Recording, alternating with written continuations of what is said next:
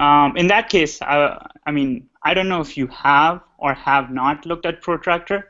I would say, I mean, I just admitted to it not being everything I ever hoped for, but still, like, if you're using something in-house, maybe Protractor will give you more or less. You would know better. So maybe you can look at it too. Yeah, sure. I mean, I've been hearing from AngularJS folks that Protractor is one of the best testing frameworks for Angular specific applications.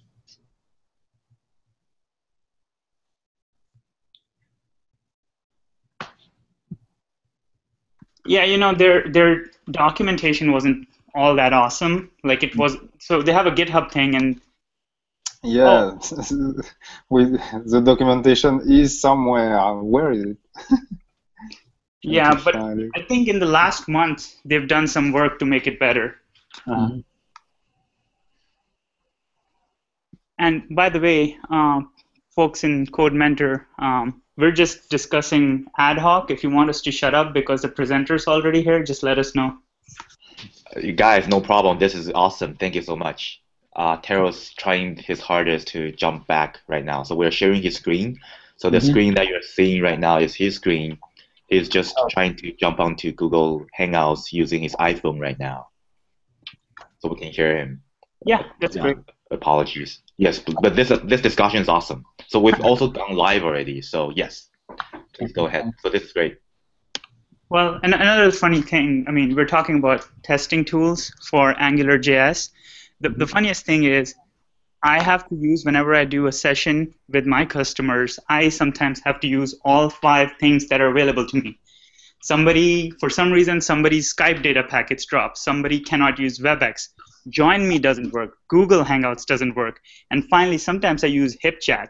So, I totally understand that some service providers favor certain types of packets over others.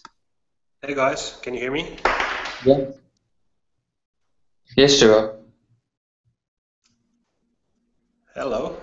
Hello. I guess you can hear me. So that's progress. Yeah, that's great.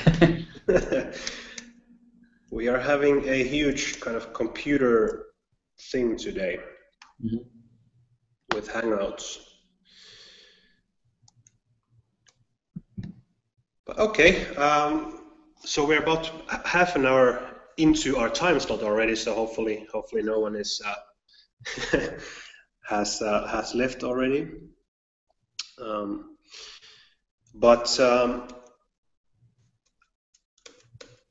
I guess some discussion was already started. So have you actually started to discuss on the topic yet already, or is it just some other stuff? So we were just talking about testing, but yeah, not really about directives. Right. Yeah. Okay. So some related stuff. But well, since I'm also finally here, maybe we could then switch topic into directives, which is what was today's topic. And I guess you can see my screen as well. Shared actually. I think the sharing dropped. Can you start sharing again?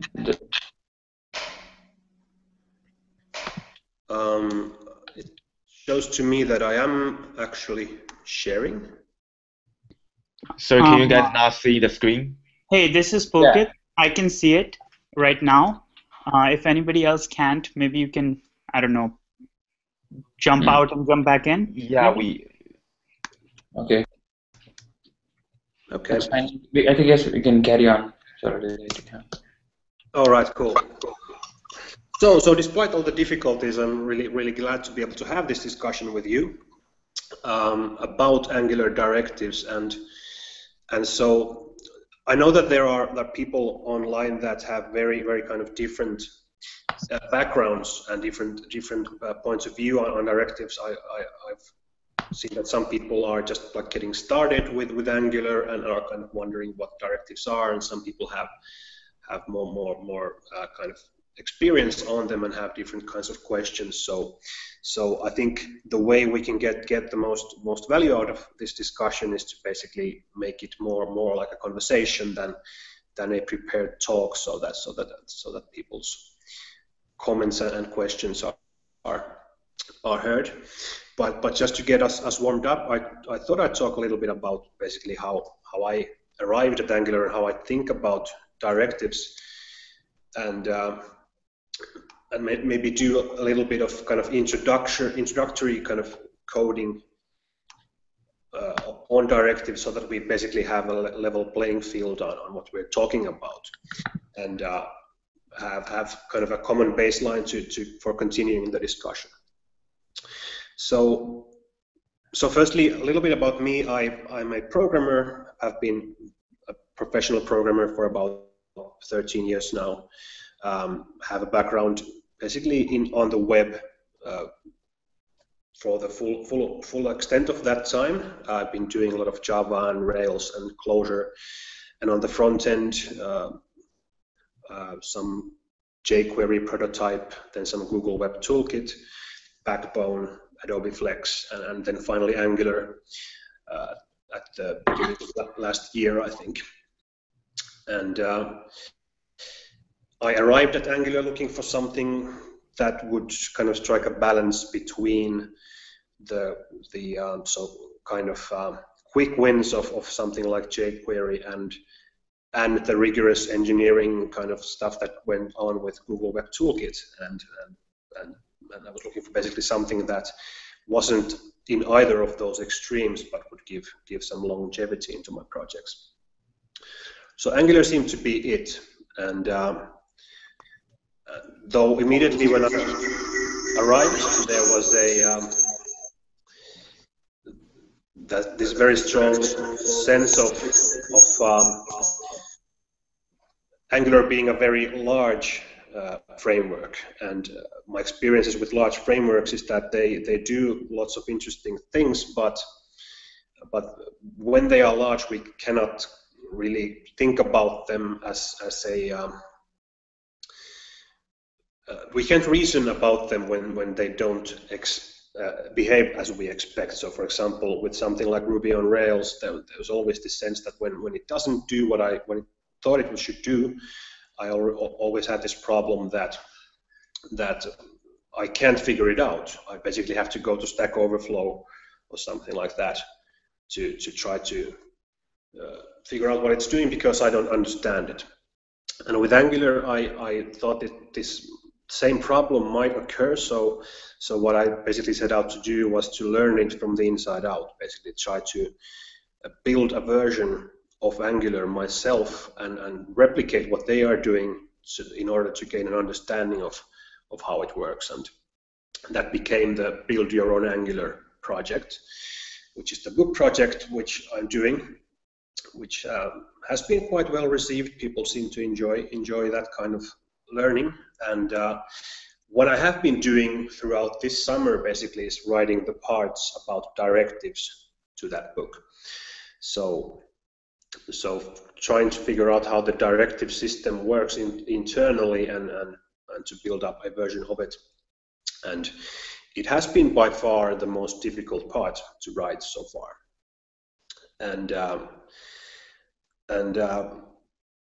But it does mean that I have spent a lot of time on that lately. So hopefully some of that will be useful in today's session.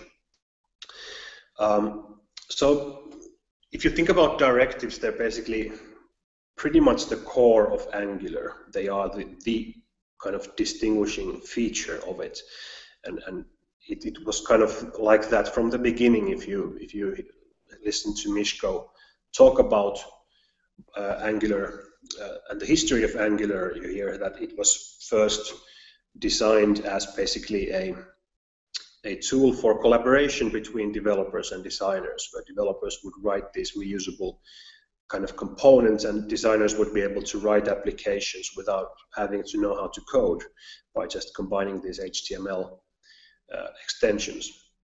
And well, we all know that's not quite how it turned out. We use Angular very differently these days, at least most of us do. But the core of the directive system is still there, and the basic idea is still there, and it's still the feature of Angular that sets it apart from most of the other frameworks out there. And it also seems that this idea of building applications by extending HTML and extending the DOM is picking up since the whole web component standardization process has started.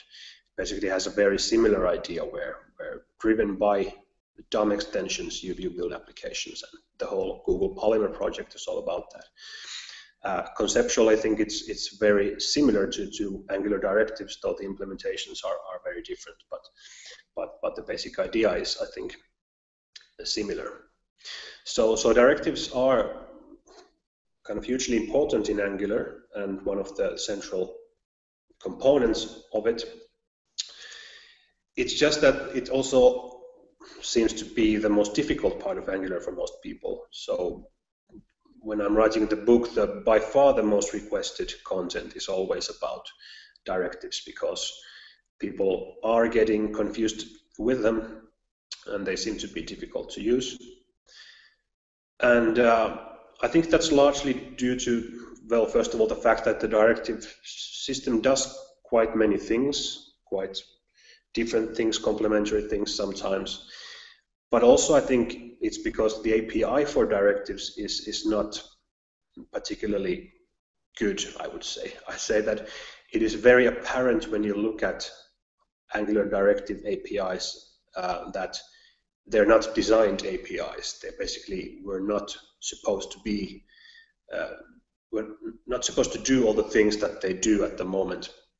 And you can see kind of both from the API and the implementation that they have added all of these features over time to that API.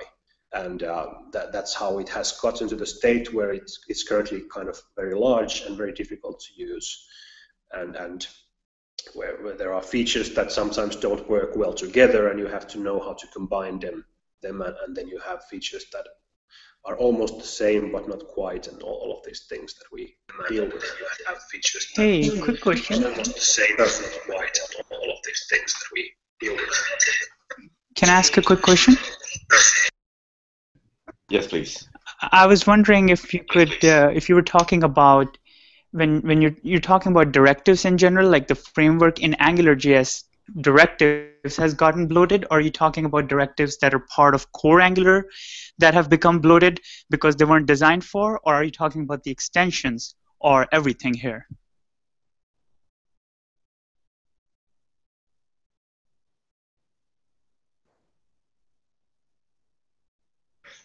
Tero, I think we're having trouble hearing you.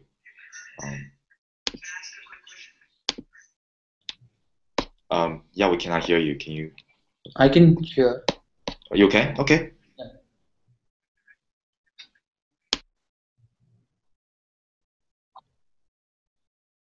Yes.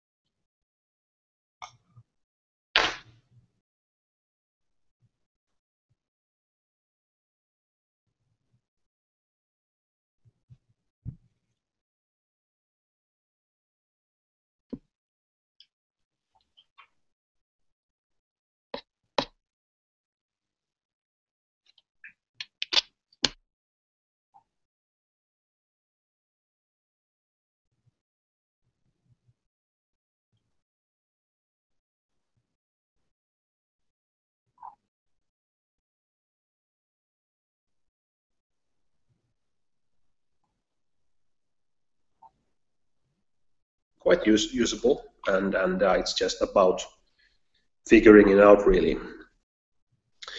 And I hope we can do some of that today. So can you still see my screen, and basically can everyone hear me? I can. Yes. Okay. How about any others? Yes, I can see your screen and I can hear you. Okay, cool. And yeah, so what I thought I'd do at this point is basically do that little introductory thing with directives to show how I basically approach them, what are the basic kind of core features of them, and then we can discuss basically where to go from there. So what I have here in my editor is basically an empty web application with basically nothing in it. There's an HTML page with two JavaScript libraries, jQuery and Angular, on it, and then one script tag for a local JavaScript file. And to kind of, as an example feature of what we could work with, maybe an application would have something like expandable sections on the page which you can work with, so that you would have sections which have a title, say, and then some article with some content in it.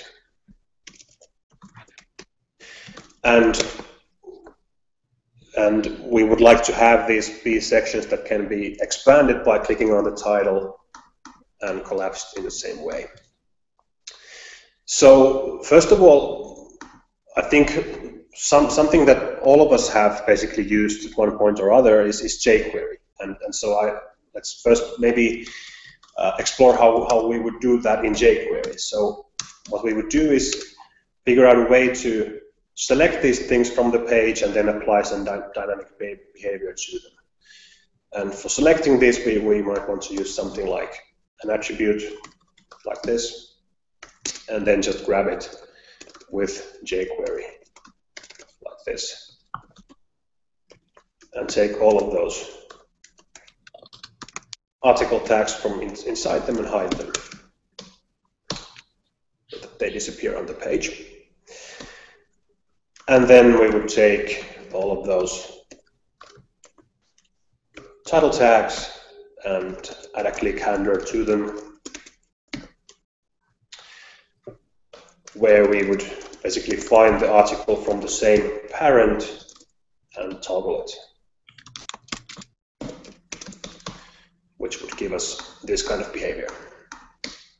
So this is kind of the standard jQuery code all of us have written at one point or other, but the reason I wrote it is basically so we can compare it to how you might want to do the same thing with Angular directives.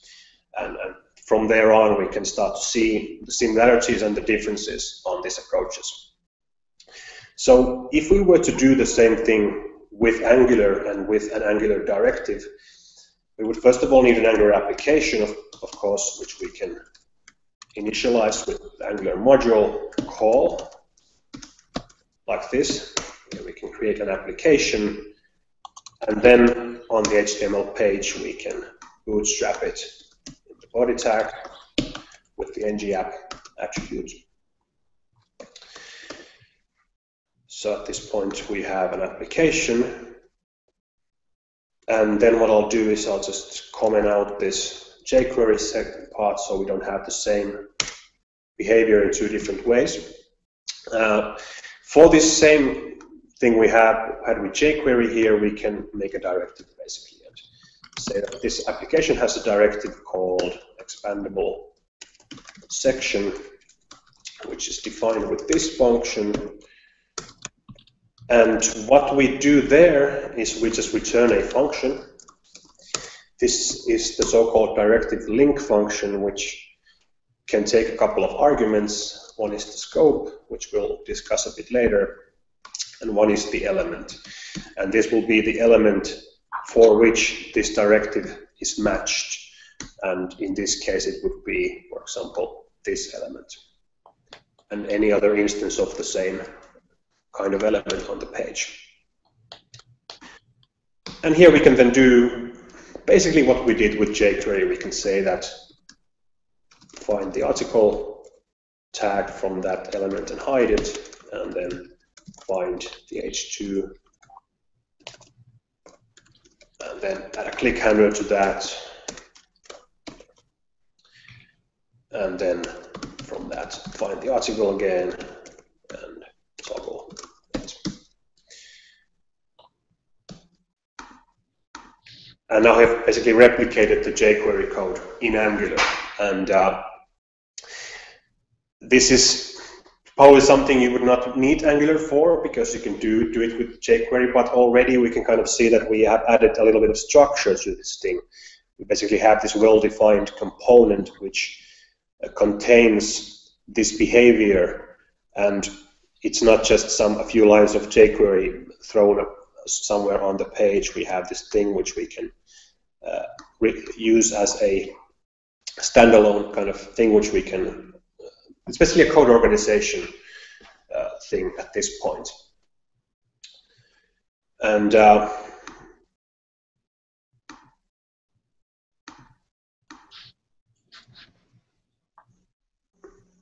well, yeah, at this point that this should do it. And what we also what we have differently here is that we are basically have the element given to us, and we don't kind of globally search the page inside this directive anymore.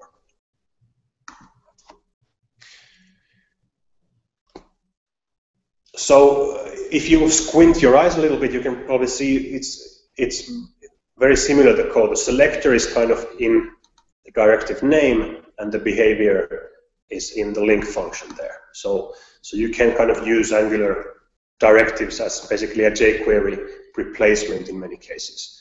So that's basically, from a jQuery perspective, the easiest way to think about a simple directive. But that's not yet kind of taking advantage of what's really powerful about directives.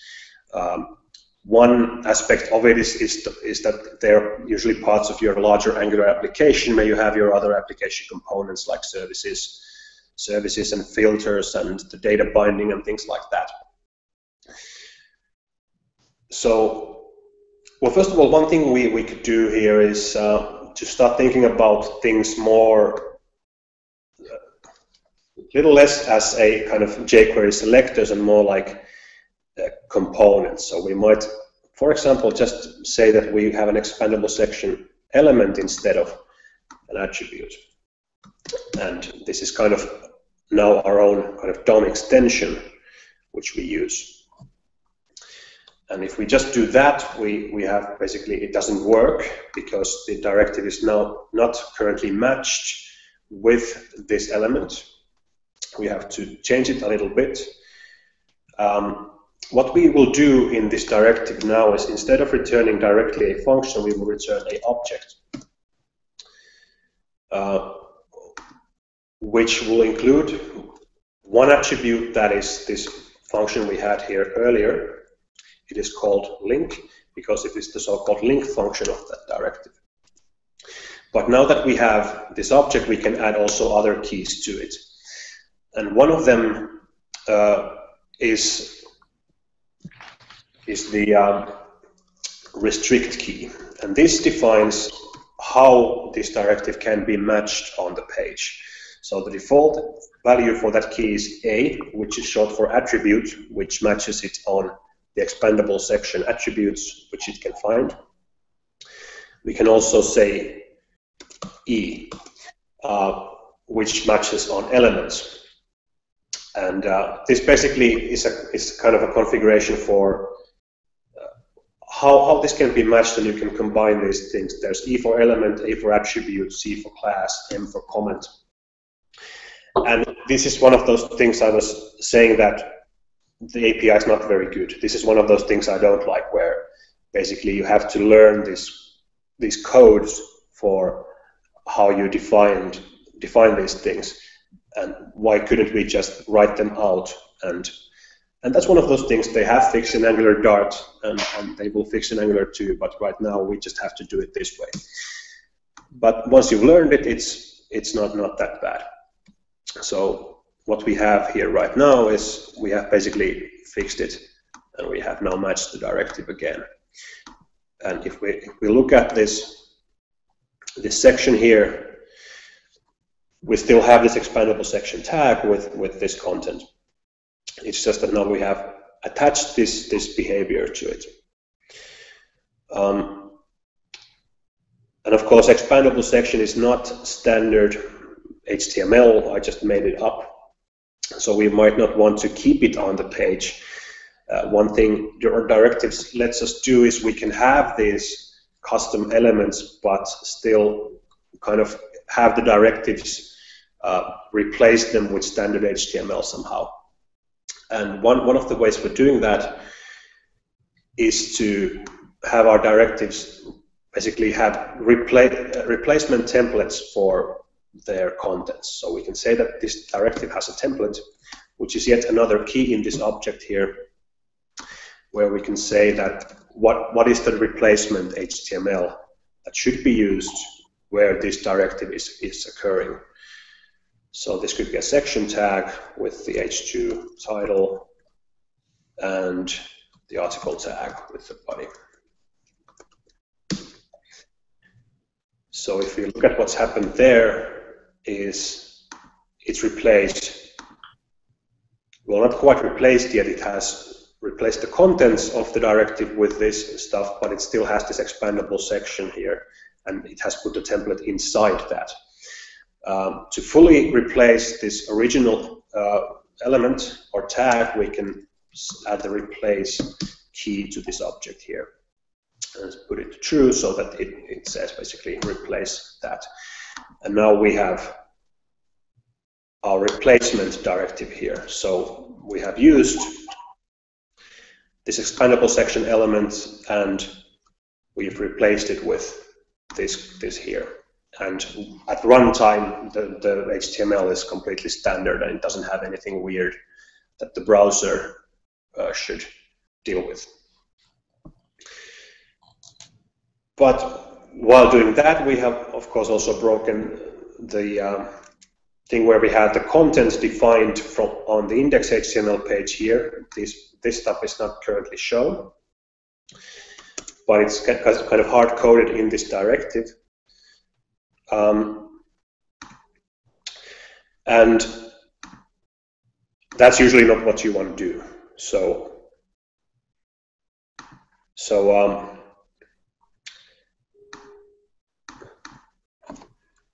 what we should do instead is pass in this content to the directive so that it can be used basically with different kinds of content. You could have several different sections with different content on it. One way to do it is to just use attributes. We can say section title and just put something in there. And then body. And then we close that and just for clarity make another instance of it so we can show that. Doing this alone won't yet do anything for us. What we have to do instead is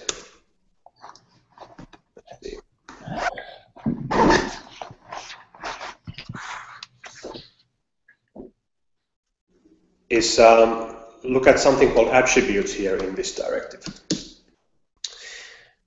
Since we have added these attributes now to this directive, we can just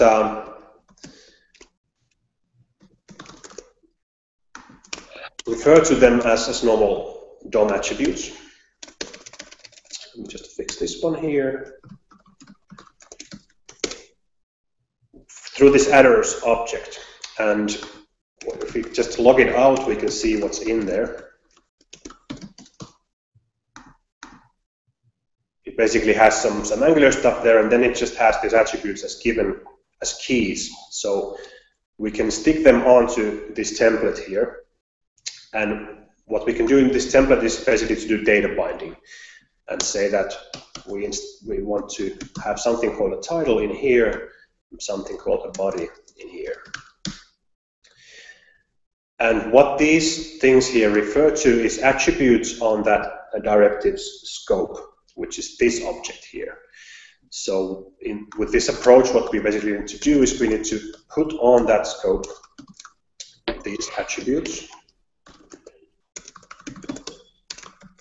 like this. And now we should be seeing them through this data binding on here.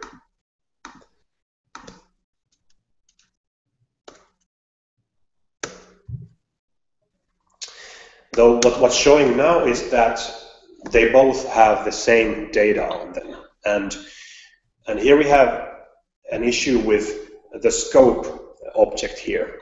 So by default, how directive scopes in Angular work is that a directive will be passed in the scope from its parent. So what's happened here actually is that both of these directives have the same exact object as the scope object here. They don't have their own scopes. And that's why when I set these attributes here, I set them for the first instance of the directive and then the second one, and the second one overrides the first one, and they both show the same ones. What we should do instead is we should specify that these directives actually need their own scope, or which should not affect each other. And we can do that by saying that the scope for this directive is true, which means that it should be inherited. False means not inherited, true means inherited. And that's how you can get these two different things. And this scope will be a different object for each time this directive is applied, not the same one. And that's how they can't interfere with each other's data. And one more thing is that this code I have here is maybe not so nice, because I basically have to repeat the title and body and have to kind of move it from one place to another. There is a more straightforward way of doing that, for saying that certain attributes from the directive can be put on the scope directly. And for that, we use the same scope key, but instead of just having true as the value here, we actually have an object. And this is a so-called isolate scope, which means that it won't just inherit its parent, but it will have just the attributes that I specify with the kind of configuration that I specify. And what I can specify in this case is that there should be an attribute, a scope attribute called title, which references an attribute called section title from the element. And the body should have the same kind of specification. And now I can remove these two lines, because this object is doing pretty much the same for me. And we still have the same behavior. So here's how we can take basically an attribute from the element and put it on the scope. And we can also rename it from section title to title, for example, or any way we want. And that means in the directives template or from this object here, we can access that attribute. Well, one more thing I could show before we go into the more conversation part of this session is if you have dynamic data around here. So in our application, maybe we would have, say, a controller somewhere like this, my controller. I think we'll need to switch to the Skype sharing soon, because my screen leap will soon disconnect, but I hope that will go painlessly. So if you have a controller called my controller, which I will define here in the application, which basically defines some data that could come from a server or whatever dynamic content you might have.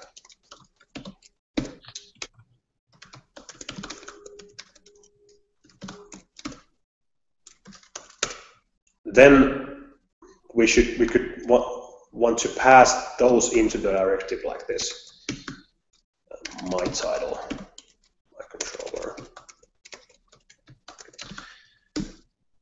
But if we just do that, it doesn't quite work. It just uses those strings that I put in instead of getting the data. And the reason is that the syntax I used here in the directive says that just take the attribute's value directly and don't do anything special about it. That's what the @ sign means.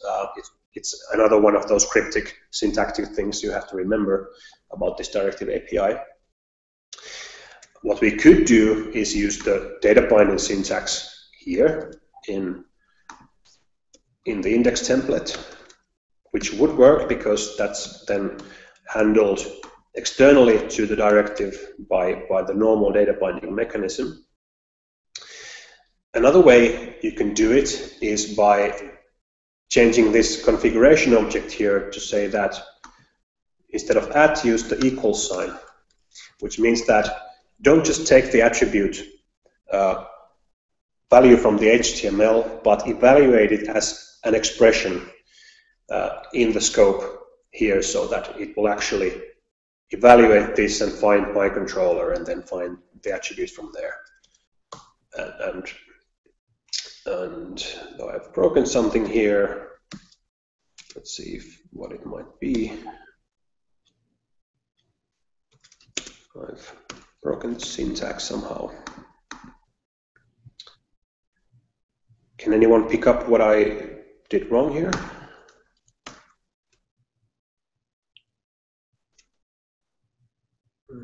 Section body.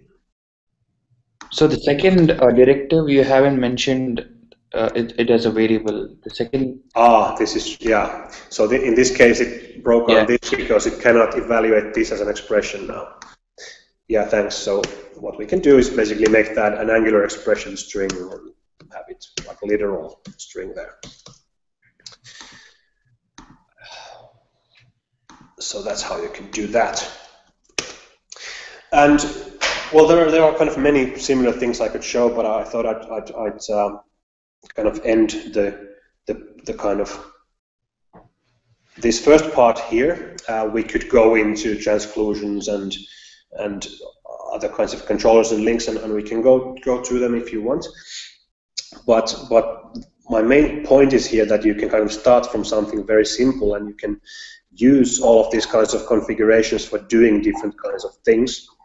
And as we have seen here, you can basically do the same kind of behavior in many different ways. And it more or less boils down to taste, what you like best. And one thing like that especially has struck me that people get very anxious about these directives because they kind of know that there are features in them that they are not using, such as compile or transclude or whatever. But what I usually say is that if your application does what it's supposed to do and you're happy with it otherwise, then you probably don't need compile or transclude or whatever. It's there when you need it, but our customers don't pay us to use more framework features. They pay us to deliver software. So we don't get any points of using all of the features from Angular, which is it's perfectly okay to find the subset of the features that does what you need it to do, and then just not worry about the rest and pick it up later maybe if you feel like you need it then. But yeah, with that, I thought I'd like to hear your thoughts on basically what I showed, or what you would like to discuss, or what strikes you as difficult, or maybe if you disagreed with something I just did, I would like to also hear that, because that always results in the most interesting discussions. So please let me know. Yeah, hi Joe. So I like the way you had explained the directives, like starting from the function and then adding each and every attribute to it. Just that I'm still not very clear about when we have the scope as false, as opposed to true. You mentioned that it doesn't create a new child scope, right? Mm-hmm. Yeah. So in that way, it's just like we don't get to communicate from the external world into the directive at all, right? As we can see, and the scope will be so there is in the link function there will be no scope when you give the scope as false. There will be a scope. This will always be here, but it will be this. It will be the same scope as its parent has. So they will actually share the same object. Okay. So any element on the parent scope can be accessed here. Exactly. So if the parent scope, I can actually. Mm-hmm. If the parent scope, say here, has my title, I could, from the directive, basically, if it was scope false, go my controller title and change it. Yeah, I get it. And that's kind of that there's no protection from state change, and there's no way to stop it. Okay. I myself very rarely find a reason to use scope false unless there are multiple directives on the same element where basically one element has scope true and the rest share that one. But sharing scopes with parent elements is I think really a good idea. Mm-hmm. So also we build a lot of custom. I'm in the business of building components as directives. And so one of the things that use cases that I have is so through attributes we can pass in an object from the parent controller, but I would also want to have certain functions. Like for example, let's say I have a list of items, and people select the items, I get the list of selected items. So in that case, I would like to expose a function as to get selected items, but then people, I have to add that function on the scope variable, scope object, rather than, unlike a service where I could easily create an object instance and then expose a function on it. Right. Yeah, so if you want to, I don't know if it's a good practice. That doesn't seem like. So yeah, so passing in basically a callback function or something to the directive. Mm-hmm. Yeah, so not just a callback function. It's like exposing a method on the directive, exposing a method to get something from the directive. Right. So basically, some kind of function that the directive needs to call outside and then get back some data. So I've done that too. So you can basically send it in as with the same kind of binding I just showed, with the equal sign, and because in JavaScript it's all just objects.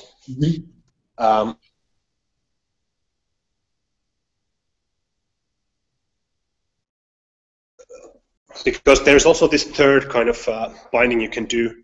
It's a bit weird, but let's see if we can work with it a little bit.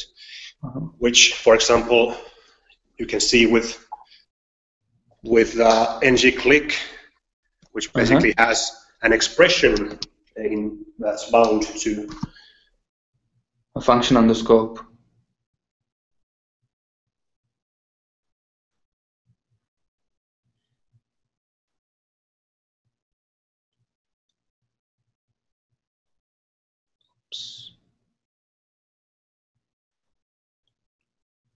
Looks like he dropped out. Anyone there? Yeah. Hi. Sorry, I apologies. Yeah, I think Tero has dropped off. Can you hold a second, please? Yeah, sure. Sorry about that.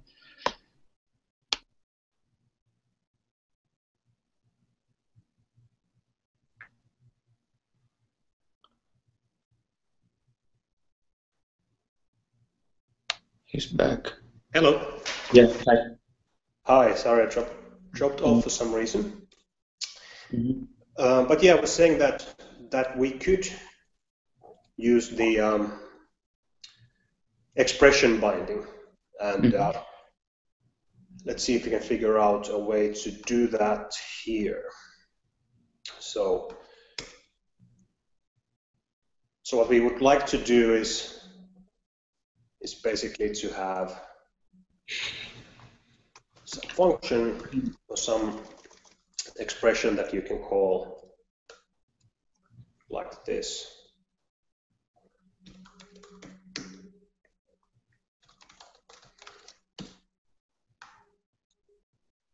Where basically with the kind of normal object binding you would just pass in the function. But then of course you lose this context and everything, you lose this one, and it's not like you have to do some special stuff to make it work. Yeah. But you can do this some expression like this if you find it, I think it was with the @ sign, like that.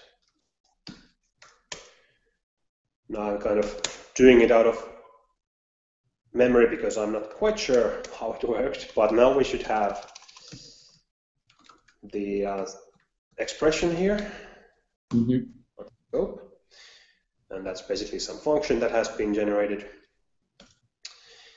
And that's basically an Angular expression, I think, which we can't quite call with 0 arguments. Let's see. Because let's see if we have it. Let's just first add it here. We had this some function. This function. Hello, this. So yeah, actually we already called it. So when you do that, it becomes a function here that actually evaluates that expression that was here. Now that's kind of nice when you don't have any arguments to pass back, and that's where it becomes a problem. Because it doesn't quite work when you have arguments here. You know, how do you define them and what do you name them? And if you have used, say, ng-click, you know there's this magic argument called event, which it does, but I'm pretty sure then it doesn't. Let's just add one here, magic argument, and define it here.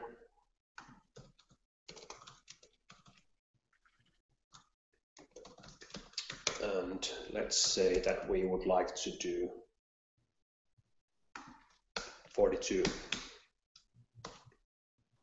It doesn't kind of work that way because there's no connection between. So actually, I think we can get that to work if we put in an equal to here instead of the ampersand. Yeah. Well, not quite because some function. Yeah, then we pass in the function. That's right. And it's just that then we lose this because well, actually there's something else. Well, I didn't change the expression some function. I think you need to pass it in the second directive also. It was just mentioned in the first directive. Oh, right, yeah, that's true, yeah. So let's just get rid of this one because it's messing us up. So the other way to do it, and that the way that several of the internal directives in Angular do it, is that we still have this kind of thing here, magic argument, but we actually don't really bind it at all with the scope. We just take it from, was it some expression or what did I call it? Some expression. And then we parse it ourselves, basically. We inject the Angular's parse service into the directive function here. Okay. And we get that from this basically is the string argument. This string here. When we parse it, we get back an expression function that, when evaluated, calls this here. And we have to do it with basically the parent scope. So we have to evaluate it with the current scope's parent, first of all, and then pass in the named locals for that, which is magic argument is 42. And now we have it there. And this is how I've seen in Angular source code they do some of these things. I don't particularly think it's a very good idea to do a lot of this in application code because it just looks like magic. Internal stuff that maybe you shouldn't be doing. Because there's the scope parent, which is itself a code smell. And we have this manual parsing and everything. But it's pretty much from the point of view of the user here, the cleanest way to do it. It just hides the this complex stuff inside the directive. It's very pleasant to use from outside. So there's a trade-off. Okay. But what I've done in my current application is to use what you described at first, which is just to use the equals binding, and then just worry about the this binding myself if I need it. But I basically pass in the function. Okay. And then do it that way. There's always the argument there that if it is something you have to do, maybe there should be a service instead that's used to pass in the needed function instead of doing it through the attributes. But yeah, that's always the case in Angular, that there's many ways to do it, and all of them have their own kind of strange qualities. But yeah. So, does anybody else have questions, or I have some more if nobody else has questions? Hello? Hello? Yeah, can we go ahead with other questions, or somebody else has having questions? Hi, does someone else have any questions, or we can go ahead and have you ask more? Yeah, sure. Okay. So I was wondering about, when we build directives, right, in general, I'm kind of building a library of directives where other teams could use. So in that case, it kind of is like a platform. I'm just wondering how does localization play well here? So it's like there's some way that my platform should know what locale is being currently used. One could be the navigate the browser's locale. We could get the browser's locale by default, and we could initialize it. Is there an elegant way for when a module gets registered to the app module, when the platform module gets registered to the app module, is there an elegant way to get the localization? I think it might be that there isn't. There is this Angular internalization module, but that's a bit different, I think. And I think what I heard basically people say is that the Angular team kind of purposefully left that kind of consideration out of the framework because they think it's outside of the scope of the framework. And that's kind of a similar argument that Ruby on Rails used for a long time until they changed their minds. But what we have to do until then is basically just have a convention where there is some kind of constant, for example, that you define in your module with a special name, and that you can then inject that to all of your directives. Because once someone defines a constant, it's visible everywhere. But it's just that it's completely relies on convention that everyone will then follow. Yeah, but also the constant should be just like a global JavaScript variable, probably wrapped in a namespace then? Yeah, it would be just a basically Angular constant. So, so that's what I thought of, at least, where it will be app.constant. Whatever you want to call it. And there would be finish, for example, and then that's kind of injectable.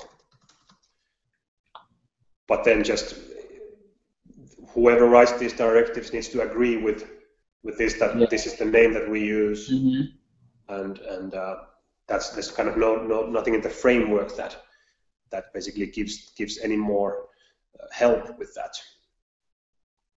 And I think there might be something in the Angular Translate package, which is excellent, where you can do it better. This is an excellent project, basically for solving the problem of application internationalization. But for particularly the question that you had,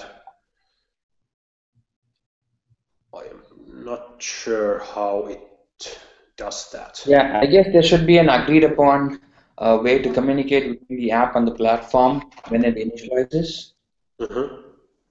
And that would probably work. Yeah, you have to have some kind of agreement on how you do it. And this is also what we can see here. Angular Translate does. There is this translate provider in which you say that this is my language. This is kind of not a bad way to do it either. So you have a special provider or service which you use for configuring. The language. This seems to be a good one. By default, it could default to English, and then if not, if the provider is configured, then exactly. So you can have it could have a fallback to the browser language also, and kind of different things. But using this Angular Translate module is if it fits your purpose, is probably a good idea, because I use it as well, and it's been excellent. But if not, you can kind of maybe look at what they did with the API and try to do something similar. Yeah, I guess providing a provider from the platform and then have it configured by the app would be something interesting to do also here. Yeah, exactly. And all are useful. Nice. Yeah, this is also what basically Angular itself does. It gives you, say, route provider, and you configure it. You inject it to your config block, and you configure it there. And that's how they can provide the code, but let you basically configure it. And generally for reusable libraries, that's probably a good idea to do it that way, because that's the convention in Angular. Sure. So there is this interesting thing that I saw about the Angular Strap, designing dialogues in Angular, like for models, the Bootstrap model. Oh, right, like model windows. In the. Yeah, so I can just give you. Yeah. Was it in Angular? I sent the link on Hangouts. Yeah. It's in Angular Strap models. It's on the GitHub project. Yeah. Okay. Yeah, I have the link on my iPhone, so I don't have it here, but I guess it's in here. Model. And you can click on the GitHub project. Yeah. So here, interestingly, they wrote it as a directive and as well as a service. Right. So I was it makes sense because models are just going to appear one at a time on the screen, and then instead of throwing out directives all over the DOM, you could just have one service manage it, and in that way you could also expose methods on the object. It kind of goes into the object in like a Java Ruby-like fashion where people are used to. Right. So like this. Yeah. Yeah, for example, once here you create a model and then you have .show and hide methods on that. Yeah, all right. So yeah, so you're wondering why it doesn't go to the directive route, and No, so so I was looking into the source code of this, how it works. So I was finding, I don't know if we can take a sneak peek at it now. Sure, if we can. It's on the GitHub. I just sent a link on the chat. All right, so yeah, I think waiting for it for me. Let's see here. Right, this one. So this, so this is a provider. Yeah. Okay. And there's a directive as well. So the directive in turn uses the provider. That's something interesting that they did. Right, so here's the model provider. And in this case, all the functionalities of listening on, close and hide, everything is in the provider itself. Right, okay. So the provider stands alone. Right, so you can use the model service without directives, or you can use the directive. Yeah, but then I was just wondering what at places we could see the usage of the scope.post digest and all. Post digest, yeah. In toggle and show. I was just wondering why it was used for. The post digest. Yeah, like here, why were we calling those functions after in post digest and not right away? I mean, it seems to work either ways. Just trying to understand why it was used, maybe to handle some corner cases. Right. Yeah, that's a good question. What seems to happen often in my applications throughout the years, I think, is that many things can be fixed with a set timeout, for example, where you have to just do something later. The post digest just gives you a way to do it later, but very, very soon. So it's basically right after the next digest before the browser renders the next time. I'm not sure why it's used in this case. It's probably something to do with the order in which things happen. You just have to let something else happen before you actually hide the model. But yeah, I would have to study the source code to be able to say exactly why they do that. Yeah. Or you can always blame and see if there's a reason there.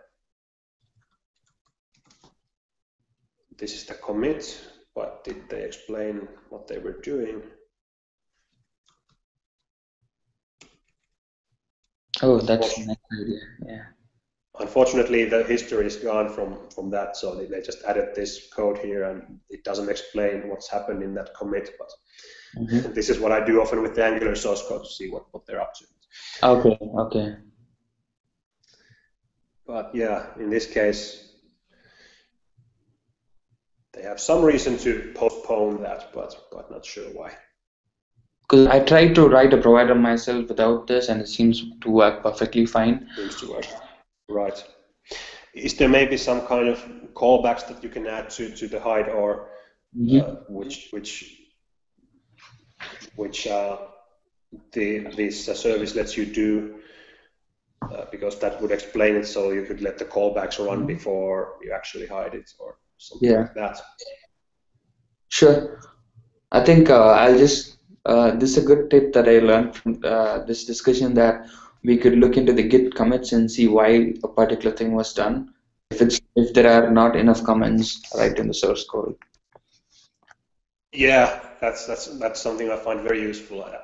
At least in projects where there's a good Git history, where basically there are small commits and you can kind of see what they were doing. AngularJS itself has an excellent Git history. They really explain what they're doing in every commit, and you can really go to it. But this case, it seems that it was imported from somewhere else's code, and it kind of lost there what they were doing, because this is just adding a model module, and there's no more granular history. Sure. One last question is that before, I don't know if somebody else has questions. So we kind of use the link function and the controllers, and the only reason I felt that I should be using controllers is when I have subdirectives and I want to share some information, I use the controller. Or, I mean, is there any other cases as to when to use the controller and when to use the link function? I can pretty much do anything in both in most of the times.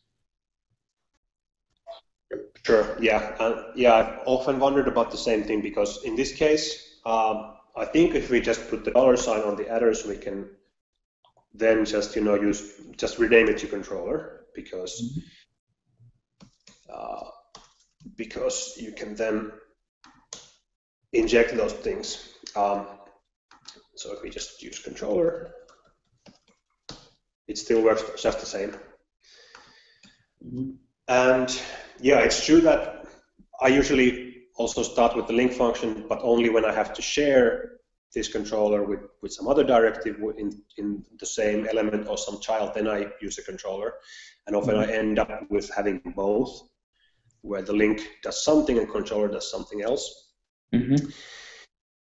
The main differences, I think, well, there are small differences. Like with controller, you can basically reorder the arguments because this is dependency injection. Whereas the link function doesn't use it. That's kind of, well, it's nice, but it's not any reason to use one or the other. An additional thing might be that just for code organization purposes, you can basically pull this controller out to an actual controller. If you just want to have the code separated in here, and then just refer to it as a string. That's kind of nice when you basically, if you want to unit test this controller without having to deal with all of this stuff, without having to compile directives, you can just unit test this as a standalone thing. No, I just broke it. I think, we need to parse in here, not in here. So at one point, I thought that maybe I should always use controllers because I couldn't figure out a reason not to. But then I think there is one reason, which is when you actually do a require.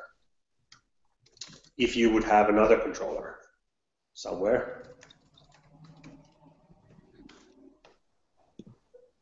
And I am not sure that you can inject it to the controller.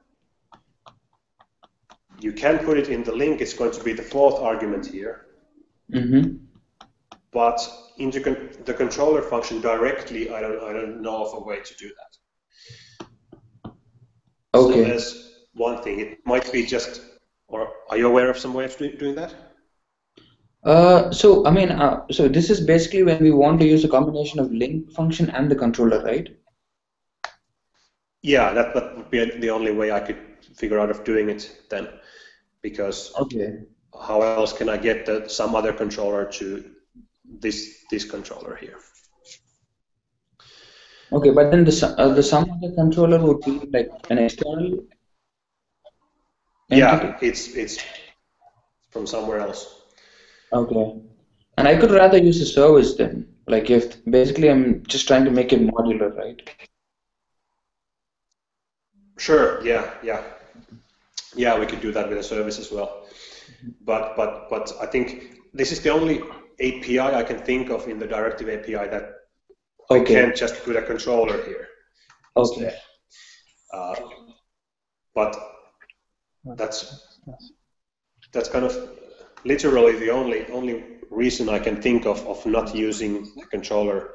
Non, well, there's one kind of j'ai le son ici parce qu'il y a un problème avec le. Hello? Oh, sorry, not muted. No worries. There's got kind of one more stylistic thing, which is that usually in kind of normal Angular controllers, it's kind of a big no-no to touch the DOM. It's basically forbidden, and they try to prevent you from doing that. But in directive controllers, you can inject the element, and it seems to be fine, but somehow it sometimes feels maybe I shouldn't. Maybe there should be some distinction there that the DOM stuff happens in link and the other stuff happens in controller. So that's something I've been thinking about, but this is also one of those things that I think as long as you're consistent in one approach, it doesn't make much difference which one it is then. Okay.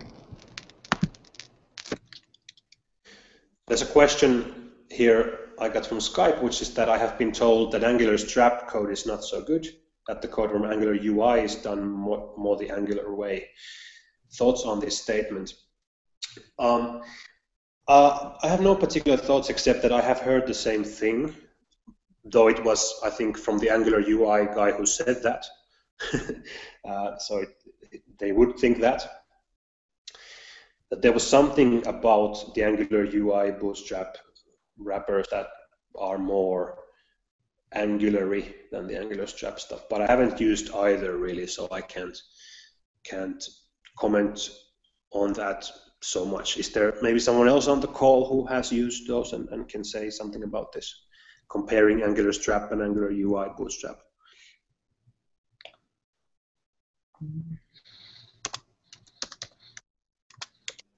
Both pretty much solve the same problem, right? Like it gives us this Bootstrap JS is being rewritten in Angular, and I mean to the end user it shouldn't be an impact. Mm-hmm. Yeah, they should be pretty much functionally equivalent. But I also heard this. There was this JavaScript Jabber podcast episode with someone from the Angular UI team, I think, where they discussed it. And I can't remember exactly what they discussed, but I can probably find the link if you want to listen to it. JavaScript Jabber Angular UI. So it's Angular JavaScript Jabber episode 95. If you want to listen to more about that, I think they went into that discussion here. Mm-hmm. So that's the best answer I can give about this.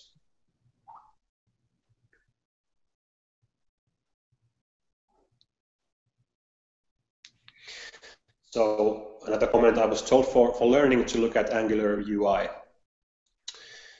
I think that's probably not a bad idea to look at Angular UI code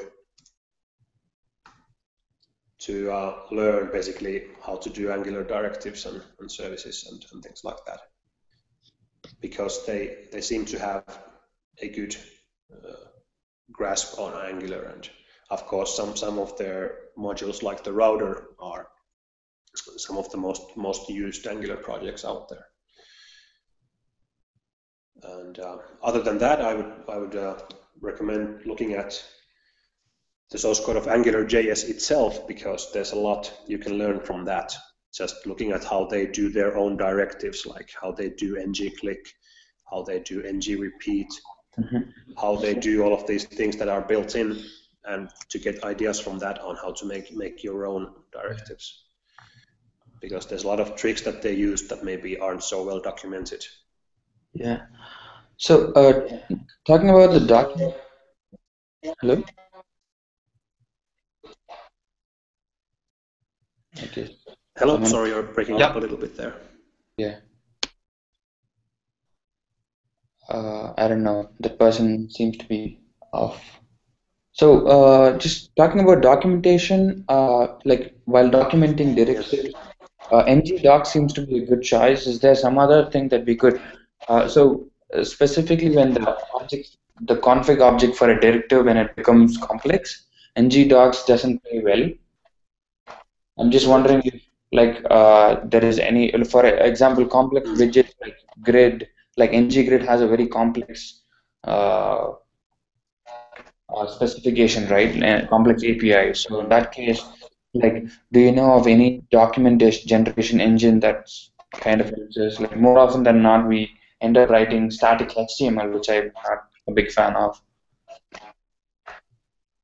Right. I am not aware of any others. Though what I would probably look at for those kinds of things is to see what some of the big open source projects are using for that, like Angular UI or Angular Strap. Because they seem to have documentation that's like even better than Angular's, and they probably have some tools for that.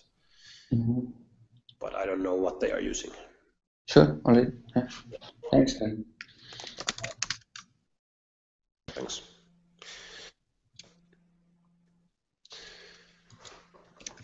Okay, do we have any other comments or questions on the line? Guys, do you have any other questions?